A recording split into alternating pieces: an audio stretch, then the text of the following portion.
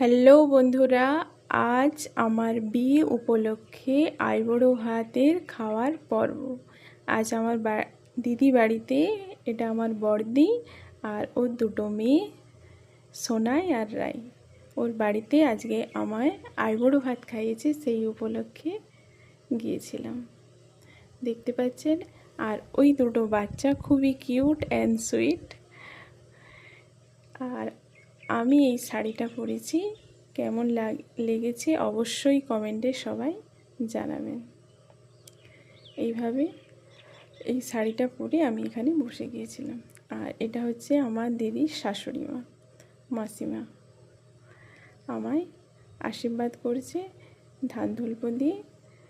আপনারা সবাই আশীর্বাদ করবেন যাতে আমি ভবিষ্যতে ভালো থাকি, এইটুকু কামনা রইল ভগবানের কাছে এবং আপনাদের কাছে।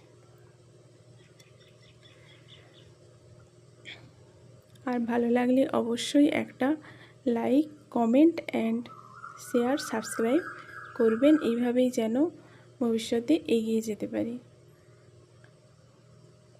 আমাকে ধান ধুলপু দিয়ে আশীর্বাদ করেছে আর এইভাবে আমি প্রণামটা করে নিলাম। এরপর আমার এটা বড়দি, সে আমায় আশীর্বাদ করে দিল ধান ধুলপু দিয়ে।